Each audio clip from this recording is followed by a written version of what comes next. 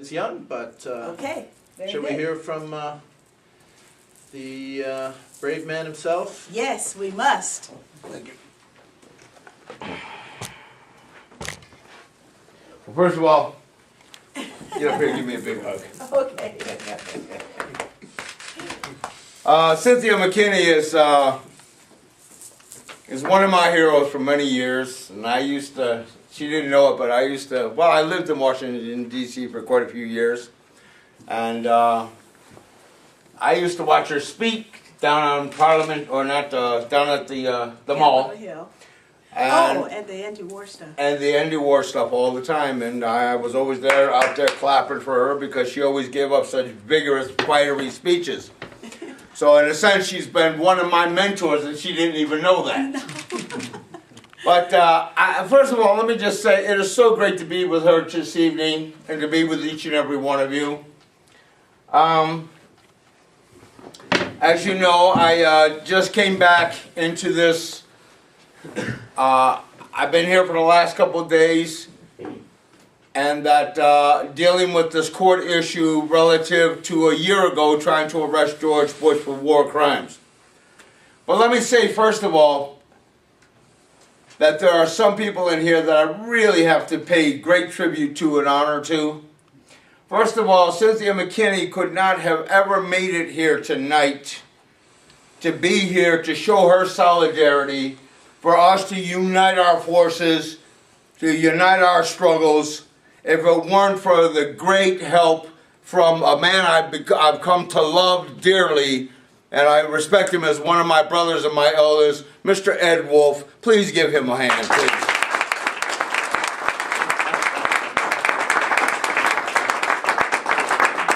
Thank you, Ed, very much. And again, without him, we certainly couldn't have got you there. But he was there to help. And I want to thank my wife for being with me through thick and thin, through so much. I'm not an easy person to kind of stay with, because I'm kind of out there always challenging the powers that be. I've got this instinct that just won't allow me to sit. I can't sit around and watch. I can't watch tyranny rise and people fall without attempting to intervene and stop it. Intervention must be stopped. Yes. Because we have 4 beautiful children together, and we look at our children, and our children look at us like, where are we going from here? What kind of future do we have? What kind of path are you paving for us to walk? What's coming? They can feel that there's a great repression in motion. They can feel that there are militaries mobilizing, that there are police mobilizing, that there are corporations and intelligence talking day in, day out, how are they going to extrapolate more of our resources that belong to the people. And they're saying that they're going to take these resources with complete impunity, and the reality is, since 9/11/2001, the whole corporate military industrial complex has got carte blanche to go worldwide and commit nothing but genocide and ethnocide and ethnic cleansing, and they care not about who and how many get murdered and mowed down in the way. Because as I stand here today and tell you that my family and I were almost in one of those buildings that went down on 9/11, and I can tell you for the last 8 years I have studied 9/11, researched 9/11 inside out, and conclusively found with many scholars and hundreds of thousands of people, and millions of people worldwide, that 9/11 was an orchestrated inside job. And the sooner we realize that that is the nature of the corporate military industrial complex, then that's the day that we come face to face with the realities of the enemy that we are dealing with. And if we're going to do something, because we have to realize from that moment that 9/11 happened, the executive branch of the Bush regime took full control of the powers that are supposed to be invested in this woman who used to be a former congresswoman. Congress lost the power to wage war, to declare war. It then went into the Bush-Cheney administration. They seized that power. They created what was called endless war in our lifetime. That mandate has not been rescinded or reiterated in this Obama administration.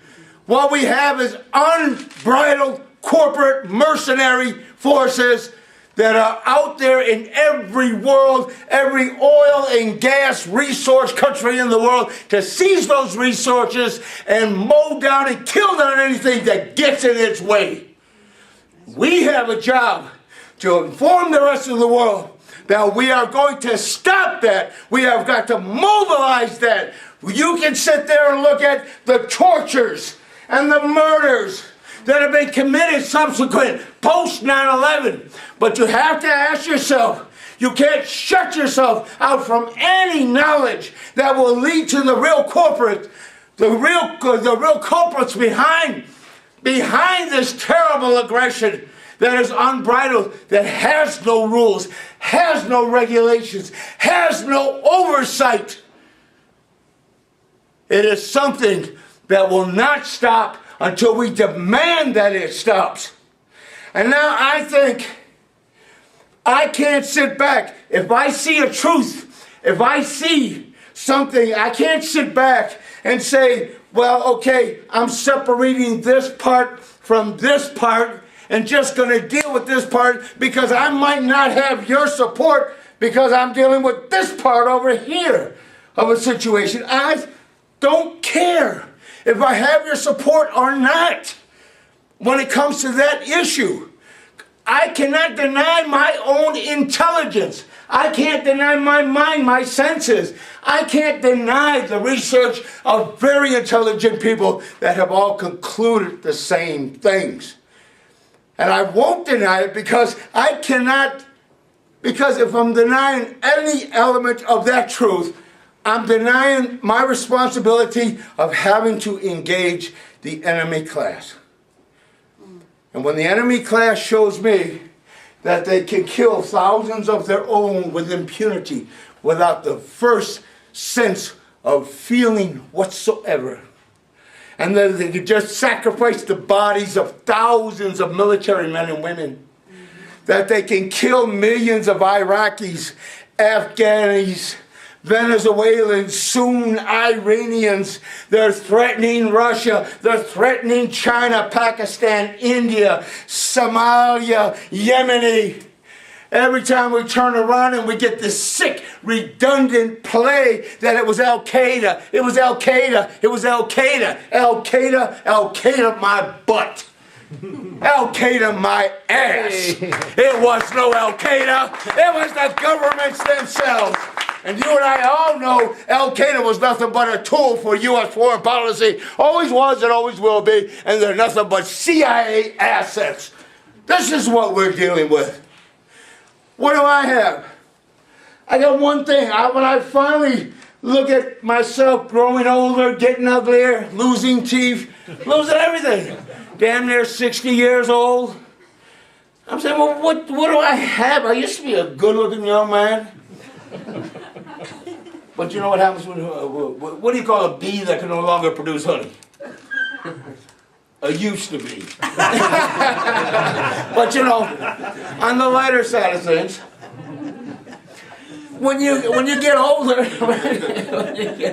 when you get older, what happens basically is you just kind of look back at your life a bit and you say, well, what really matters? What matters?